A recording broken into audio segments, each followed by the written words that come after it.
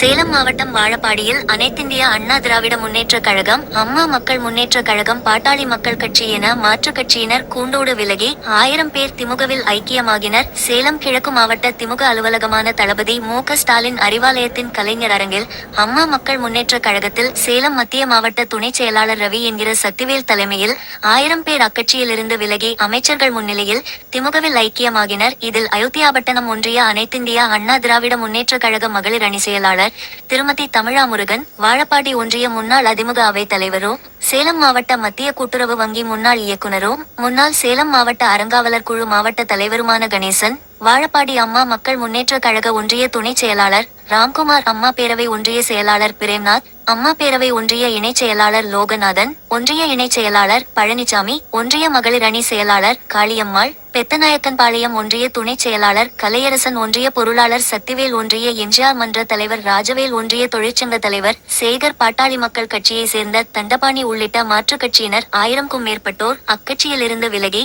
திமுகவில் தமிழ்நாடு பொதுப்பணித்துறை அமைச்சர் ஏவவேலு, தமிழ்நாடு சுற்றுலாத்துறை அமைச்சர் ராஜேந்திரன், சேலம் கிழக்கு மாவட்ட திமுக செயலாளர் எஸ்.ஆர். சிவலிங்கம் எம்பி, சேலம் மேற்கு மாவட்ட திமுக செயலாளர் T M. Selvaganapathi MP, Kallakurichi MP Malaiyarasan, Chennai உயர்நீதிமன்ற வழக்கறிஞர் பரந்தாமன் எம்எல்ஏ ஆகியோர் முன்னிலையில் திமுகவில் இணைந்தனர். இந்த இணைப்பு விழாவில் பொதுப்பணித்துறை அமைச்சர் ஏவா வேலு அவர்கள் அனைவரையும் வரவேற்று பேசினார். கழகத்தின் தலைவர் முதலமைச்சர் அண்ணன் ஸ்டாலின் அவர்கள் சார்பில் வருக வருக என வரவேற்கிறேன் என்றார். தமிழ்நாட்டில் பல்வேறு இயக்கங்கள் இருக்கின்றது. ஒவ்வொரு இயக்கத்திற்கும் ஒரு கொள்கை உண்டு. காங்கிரஸ் பேரியக்கம் என்றால் அதற்கு இருக்கிற அடையாளம் இந்த நாட்டிற்கு சுதந்திரம் வாங்கி கொடுத்த இயக்கம் காங்கிரஸ் இயக்கம் என்று சொல்வார்கள். சாதாரண மனிதர்களுக்கும் பிற்படுத்தப்பட்ட மிகவும் பிற்படுத்தப்பட்ட வறுமை கோட்டிற்கு கீழ் வாடிக் கொண்டிருக்கின்ற மக்கள் எல்லோரையும் கை தூக்கி விட வேண்டும். சமூகத்தினாலும் சரி மேலோங்கி நிறுத்த வேண்டும். அவர்கள் கல்விப்பணியை பெற்று தர வேண்டும். பொருளாதார சிந்தனையை உருவாக்க வேண்டும். பொருளாதாரத்தை மேம்படுத்தும் இயக்கம் தான் திராவிட முன்னேற்ற கழகம் என்ற ஒரு இயக்கம். அந்த கொள்கைக்கு என்று உருவாக்கப்பட்டுள்ளது. இது அரசியல் கட்சிக்காக பதவிக்காக உருவாக்கப்பட்டதாக இல்லை. திராவிட முன்னேற்ற கழகம் 1949 இல் திராவிட கழகம் முன்னேற்ற கழகம் உருவாக்கினால் கூட 1952 இல் பொது தேர்தலில் கலந்து கொள்ளவில்லை. காரணம், இது சமூக இயக்கம். சமூகத்தின் பாதுகாப்புக்காக உருவாக்கப்பட்ட இயக்கம். திமுக 8 ஆண்டுகள் கழித்து 1957 இல் தேர்தலில் போட்டியிடலாமா என்று 2 பெட்டிகள் வைத்து தேர்தலில் திமுக போட்டியிடலாமா என்று இயக்கத்தினரிடம் வாக்குகள் பெறப்பட்டு அதன் அடிப்படையில் அரசியல் கட்சியாக மாற்றப்பட்டு 1957 இல் அரசியல் களத்தில் திமுக போட்டியிட்டது. 8 ஆண்டுகள் உழைத்து போராட்டங்கள் நடத்தி பின்பு தான் தேர்தலில் நின்றது. ஆனால் இப்போ அப்படியல்ல. நேற்று பெய்த மழையில் இன்று முளைத்த சில கட்சிகள் ஆரம்பிக்கும் பொழுது அரசியல் கட்சி இதோ பார் முதலமைச்சர் நாற்காலி என்று அடுத்தது நான் தான் முதலமைச்சர் என்று சொல்லிக் கொள்ளும் நிலையில் மக்களுக்கு என்று உழைத்த கட்சிகள் தேர்தலில் நிற்கலாம். ஆனால் மக்களுக்கே உழைக்காத சில இயக்கங்கள் அடுத்தது நான் தான் முதலமைச்சர் என்று சொல்லிக் கொள்ளும் இயக்கங்களை பார்க்கிறோம். இப்படிப்பட்ட நிலையில் திராவிட முன்னேற்ற கழகத்தின் கொள்கைகளை புரிந்து கொண்டு திராவிட முன்னேற்ற கழகம் எதற்காக உருவாக்கப்பட்டது என்று புரிந்து கொண்டு நிறைய இளைஞர்கள் தற்பொழுது இணைந்துள்ளார்கள். நல்ல முடிவு எடுத்து திராவிட முன்னேற்ற கழகத்தில் ரவி தலைமையில் இணைந்ததற்கு அனைவரையும் வருக வருக என வரவேற்கிறோம். உங்களுக்கு பணிகள் காத்திருக்கிறது. தேர்தல் பணி இருக்கிறது. தேர்தல் பணியாற்றுங்கள். நல்லாட்சி நாயகன் தமிழ்நாட்டு முதலமைச்சர் அண்ணன் மு.க. ஸ்டாலின் அவர்களை மீண்டும் முதலமைச்சராக ஆக்குவோம் என்றும் அதற்கு அனைவரும் பாடுபடுங்கள் என்று கூறினார் என்பது குறிப்பிடத்தக்கது. இந்த கூட்டத்தில் ஒன்றிய செயலாளர் சக்கரவர்த்தி, மாவட்ட அவை தலைவர் கருணாநிதி, மாவட்ட நெசவாளர் அணி அமைப்பாளர் ஆறுமுகம், மாவட்ட விவசாய தொழிலாளர் அணி துணை அமைப்பாளர் பழனிசாமி, மாவட்ட பிரதிநிதி நடுப்பட்டி ஜெயராமன், மாவட்ட அயலக அணி துணை அமைப்பாளர் கலைச்செல்வன் உள்ளிட்ட பலர் உடன் இருந்தனர். திராவிட முன்னேற்ற கழகத்துடைய உயர்மன்ற செயற்குழு உறுப்பினருமான அன்புக்குரிய அண்ணன் அவர்களே,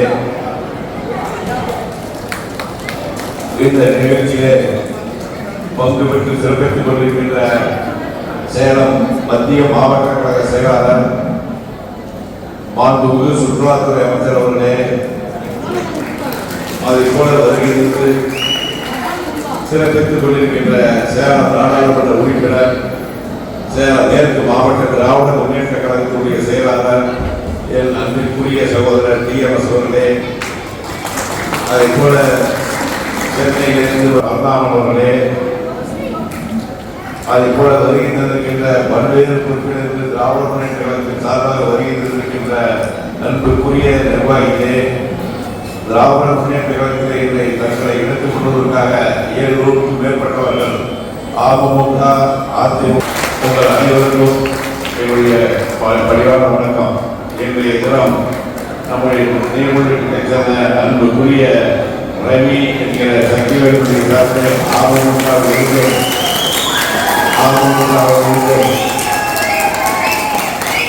அதே போல டி லோகநாதன், சக்திவேல், கலையரசன், தங்கமாணி, பாமகவிலிருந்து தண்டபாணி, கதிரவன், ஏடிகே கதிரவன், சரவணன், அதே போல திருமதி தமிழா முருகன், அஇஅதிமுக போன்ற இயக்கத்திலிருந்து ஏறத்தாழ 1000க்கும் மேற்பட்டவர்கள் இன்றைக்கு திராவிட முன்னேற்ற கழகத்திலே இன்றைக்கு நம்முடைய மாண்புமிகு பொதுப்பணித்துறை அமைச்சருடைய முன்னிலையிலும் நம்ம மாண்புமிகு சுற்றுலாத்துறை அமைச்சருடைய முன்னிலையிலும் தெற்கு மாவட்ட திராவிட முன்னேற்ற கழகத்தின் சார்பாக உங்கள் அனைவரையும் வருக வருக என்ற வரவேற்பதை நான் சொல்ல திரு கணேசன் அவர்கள் மாவட்ட அறங்காவலர் குழு நியமன முன்னாள் உறுப்பினர், அதே போல ஊராட்சி மன்றத்துடைய தலைவர், அதே போல கணேசன் அவர்கள் பாமக மற்றும் ஏடிஎம்கேலிருந்து வருகின்ற எம் கணேசன் உள்ளிட்ட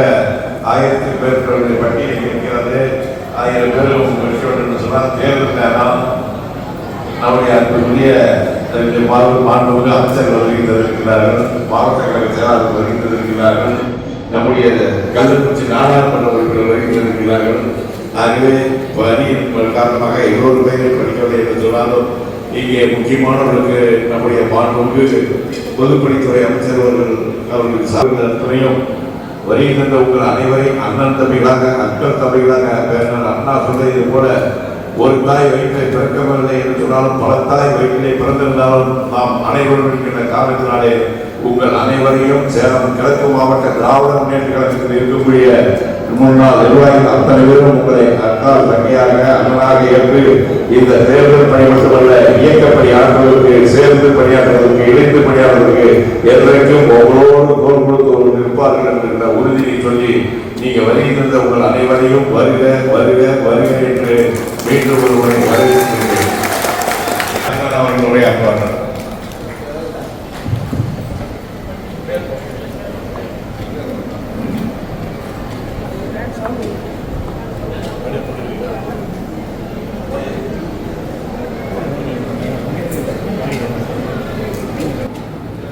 தாய்க்கழகமான திராவிட முன்னேற்ற கழகத்தில் இணைகிற இந்த நல்ல விழாவிற்கு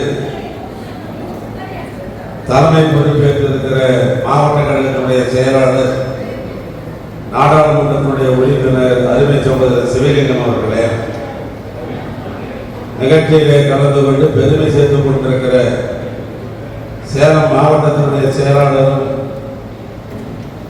சுற்றுலாத்துறை அமைச்சருமான அன்பு சகோதரர் மாண்புமிகு வழக்கறிஞர் ராஜேந்திரன் அவர்களே, சேலத்துடைய நாடாளுமன்ற உறுப்பினரும் மேற்கு மாவட்ட கழகத்தினுடைய செயலாளருமான அருமை சகோதரர் செல்வ கணபதி அவர்களே, மாவட்ட கழகத்தினுடைய நிர்வாகிகளே,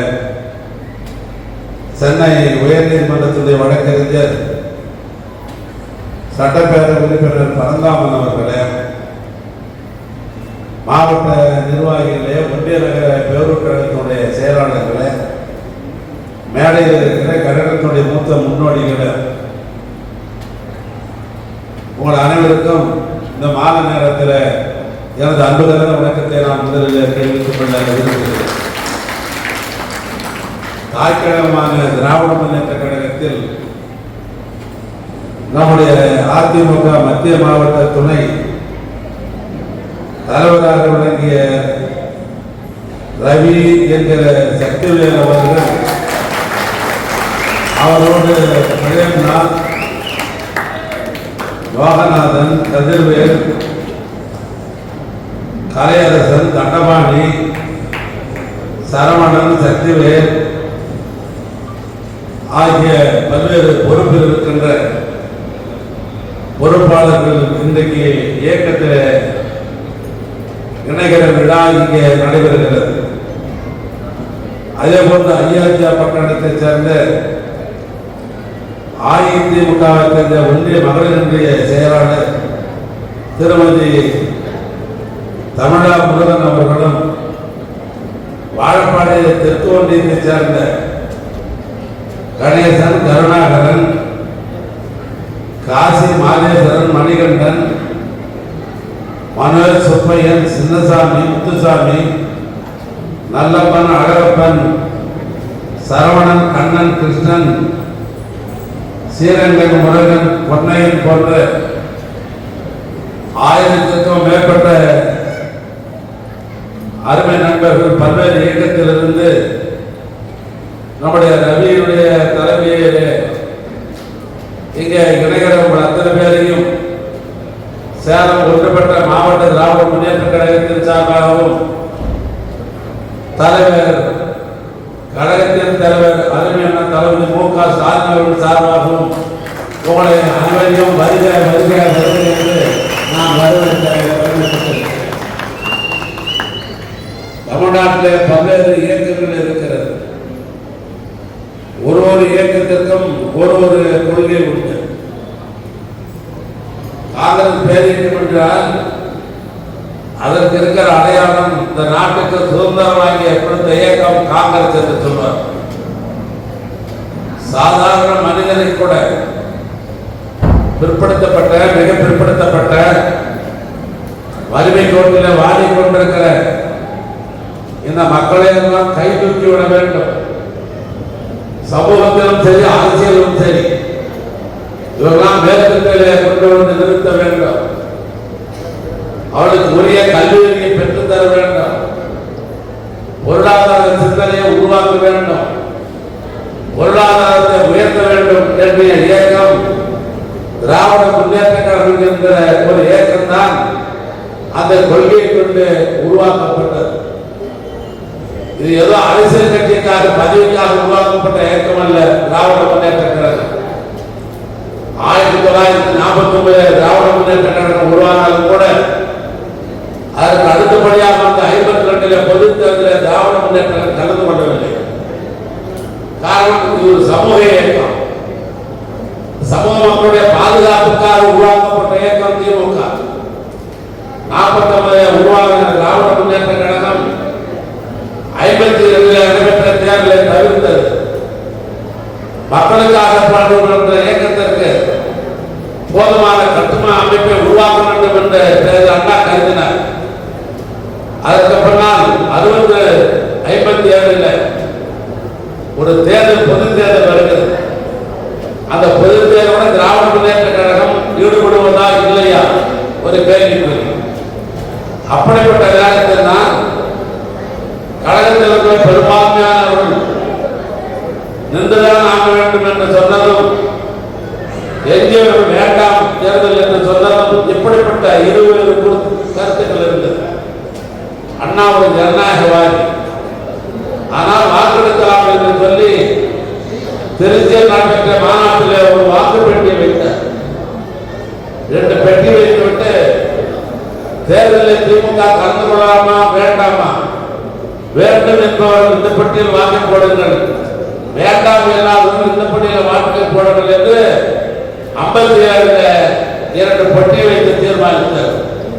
கடைசியாக எது வெற்றி பெற்றது சொன்னால், திராவிட முன்னேற்ற அரசியல் கட்சியாக மாற்றம் பெற்றால்தான் தமிழ்நாட்டு மக்களுக்கு அரசியல் மூலமாக திட்டங்களை கொண்டு சேர்க்க முடியும். எனவே தேர்தலில் நிற்கலாம் என்று 57 வாக்கெடுப்பின் மூலமாக முடிவு செய்த பின்புதான் திராவிட முன்னேற்ற கழகம் முதலாக 57 தேர்தல் இருந்தது.